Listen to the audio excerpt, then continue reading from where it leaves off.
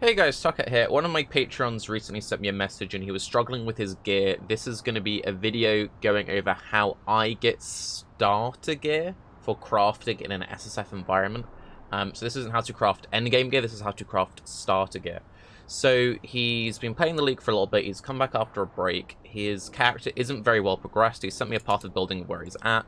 He's kind of in yellow maps, he's noticed that his weaker slots are his gloves and his rings. He needs them because they have set resists he needs and attributes, but otherwise they're terrible, and he doesn't know what the best way of crafting upgrades are when he has access to very little currency, because again, he hasn't played for very long, and he hasn't got access to very good bases because he's in low tier content. And he talks about, I could regal, I could go through this, and he correctly works out the different ways he could craft.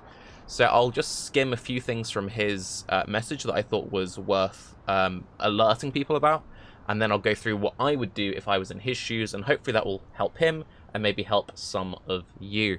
I could transmute alt until I get the life or ES I need, hope for a good regal with resists, and then benchcraft. So that's one way. Alt, regal, benchcraft. Very good way to just get decent 2/3 stat items. I could use essences to force my rolls, and he says that he could use greeds and woes. He's got some high ones of this. He hasn't got many good essences, but it's a way to go, so that's 2. I could use fossils. He's a hybrid build, so he needs life or ES.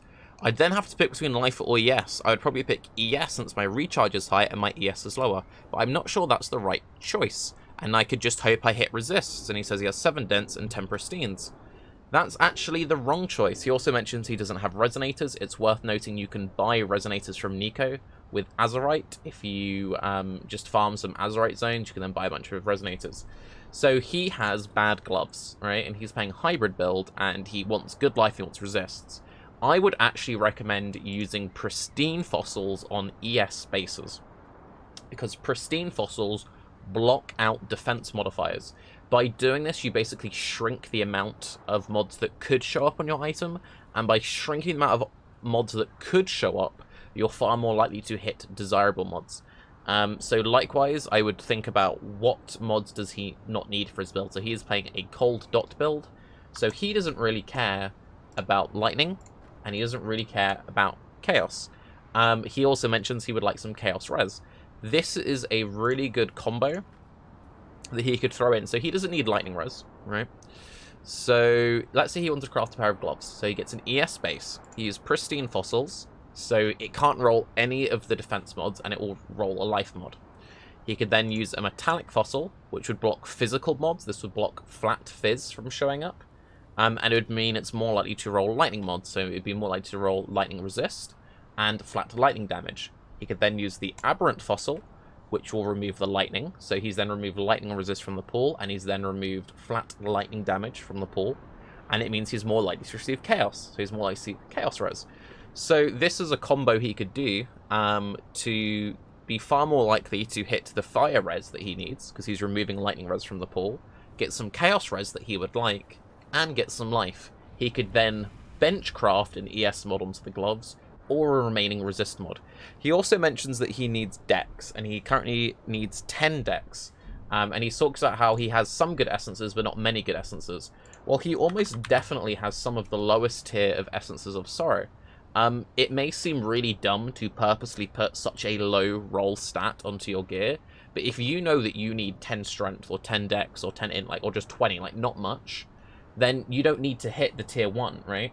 So you probably have a bunch of low tier essences that you could be using on those slots. He then talks about he could try and use Harvest to craft gear. I wouldn't recommend this. I would much rather in SSF save my Harvest crafts once I had good bases for crafting endgame projects that will last me for multiple weeks, not just like a random 2-stat pair of gloves I'm going to use for a couple of days. And then finally he says maybe I'd be better off just picking off items off the floor, or chaos spamming. In SSF, chaos spamming is actually quite a good strategy. Yes, generally you want to save your chaos for Zana map mods. That is the primary thing you do with chaos in SSF, because it's not like you're going to be buying them off trade. I actually used 300 chaos yesterday crafting cluster jewels, because chaos is one of the easiest way to craft cluster jewels these days, and I ended up crafting near perfect cluster jewels in my build. it cost me 300 chaos, but what else was going to use it for an SSF? If you're really struggling, there is nothing wrong with being like, you know what, I'm just going to YOLO 30 chaos into a slot. The point of currency is to use it. In SSF, you need to train yourself to just use your currency. Make your currency serve you. Another thing which is something that's very much worth considering, where can I save currency? Because currency is finite. Scours and chance orbs are often very starved when you start out in SSF. You want chance orbs because you're probably going to be trying to chance into your chase uniques, and you want chance orbs to buy Zana maps. You also need scours to craft your gear. You might also use some scours when you're rolling some maps. And the best way of getting scours is to buy them with chance orbs, so you need to be careful about how to use these early on. If you're ever trying to craft an amulet, this is a very dirty SSF thing to do. You can get a free scour by doing any red, green, and blue gem, and it basically, for 3 wisdom scrolls, you buy these from a Lily, you get a scour orb. This is something which is a bit tedious to do, but definitely worth doing in SSF if you're trying to craft and you are struggling with your scours. Now, one thing I thought would be interesting, just to kind of like show us a bit of an experiment, is how much of my current gear is crafted, because I think there's a bit of a misconception about crafting. Different people might have different strategies, but this is just my strategy when it comes to SSF. But I craft all of my gear once I have good bases. I try to use as little currency as possible on poor bases. The only exception to this is flasks. I will purposely roll as high priority a good seething or bubbling life flask and an enduring mana flask. I make a point of spending a lot of currency on giant life flask, a good giant life giant mana, and a good hallowed life and hallowed mana. I do this once at the start of the league, and this combo will carry any future build I level up. It's something worth doing. Also, invest into your quicksilvers. Investing into your quicksilvers is even more important than that, and I should have mentioned that earlier. But that will give you the biggest return of investment, because the faster you map, the more items you pick up, the more you will progress. Invest into your movement speed slots as your highest priority. Anything which makes you progress faster is the play. But of my current gear, how much of it did I craft myself, and how much should I just pick up off the floor, and how do you better get items off the floor? Because saying like just I do better items isn't very helpful. This I just crafted with an Essence of Dread to get the Force +2 as a stopgap bow. I've got 2 endgame bows, but they require prophecy. This will be a double dot multi +3 bow, guaranteed. I have the currency to do it. I haven't got the prophecy chains to do it yet, unfortunately. This is a bow that I ID'd off the ground, and if I was to 6-link it, I could use this for a very long time until I got my prophecy chains complete. But I'm having bad 6-link RNG. So that was crafted. This I picked up off the floor. I then threw some annuls into it. This is now primed to be a perfect crafting base later on. This I just picked up off the floor. This I picked up off the floor. This I picked up off the floor. I did do some harvest stuff, re-rolling resist to get the resist I wanted onto it. Also worth noting, if you have a random chest piece like this is just an incursion life, percent life, 5-link. This is pretty good. You can use flip resist into the resist you need, and then remove add. So that lightning res roll started as 12 cold res. I then flipped the cold res into lightning. I then did remove lightning, add lightning, knowing it could only hit lightning res. I got a good lightning res roll. I did the same thing with the fire res. I've done remove fire, add fire twice, and both times hit very low rolls. That was just unfortunate. This was a stopgap amulet that I decided to settle on for now, but I'm going to recraft later once I get a different amulet as backup, because I need to get plus level of chaos gems on a hunter ami. This I picked up off the floor. This I crafted myself. This obviously is a boss drop, and this I picked up off the floor. So the main thing that I do is I have incredibly targeted filters. I did a quick count. I've actually made 10 different loot filters this league. And that isn't like I pre-made them. I pre-made 3. The other 7 are fresh ones. Every single day I will edit my loot filter pretty much. So in his case, he knows that he is struggling on gloves and he is struggling on rings. If you know you're only going to be playing ES builds or only going to be playing evasion builds, I generally only play evasion and hybrid evasion ES builds. I don't need any armor bases on my filter. I will plan out my 3 builds, at most 3 builds. I tend to plan my current build and a future build in advance, and I will only show items for those 2 builds. For my current build, I will show as many bases as possible, and for my future build, I will only show the tier 1 bases. I try and finish every single map with a full inventory of items, but I don't want to be portaling in and out of maps multiple times because that's very inefficient. So in his case, he really needs gloves. He could afford to show like 12 different glove bases, and you're like, wait, that sounds stupid, Tarke. Why do you want to pick up that many gloves? If you desperately know that you need gloves, pick up 12 different glove bases until you get a decent pair, at which point you then edit your filter to then be far more restrictive and only have the tier 1 base, right? So something I do at Leaguestart, I know that boots, getting close at boots is very important. I nearly always plan to farm some Zeri, because Zeri Step is a very good pair of boots on any build, because they have decent life, 5% movement speed, and spell dodge, and they're pretty common. You'll very regularly get to maps with about... It depends a little bit on RNG, but you can generally, in the first day at the end of it, guarantee have at least, like, 5 Zeri sets.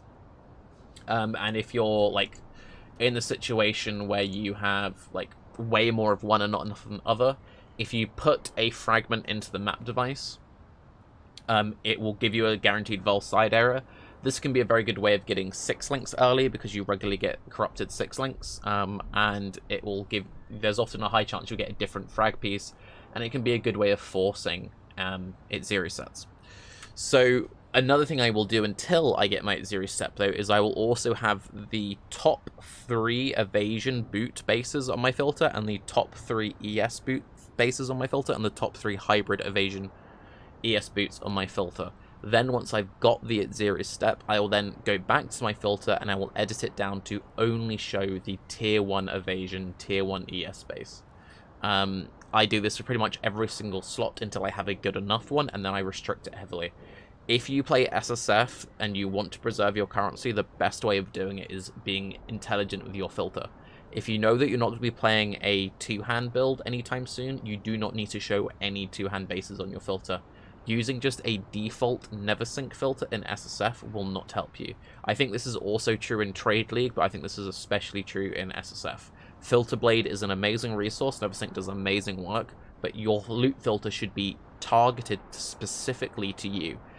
It baffles my mind how people will spend 8 days in Path of Building. This gives me 2.1% life. Interesting, but this gives me 1.7% life and 4 chaos resistance. Which is better? They'll spend all this time here, but they won't spend 30 minutes in Filter Blade.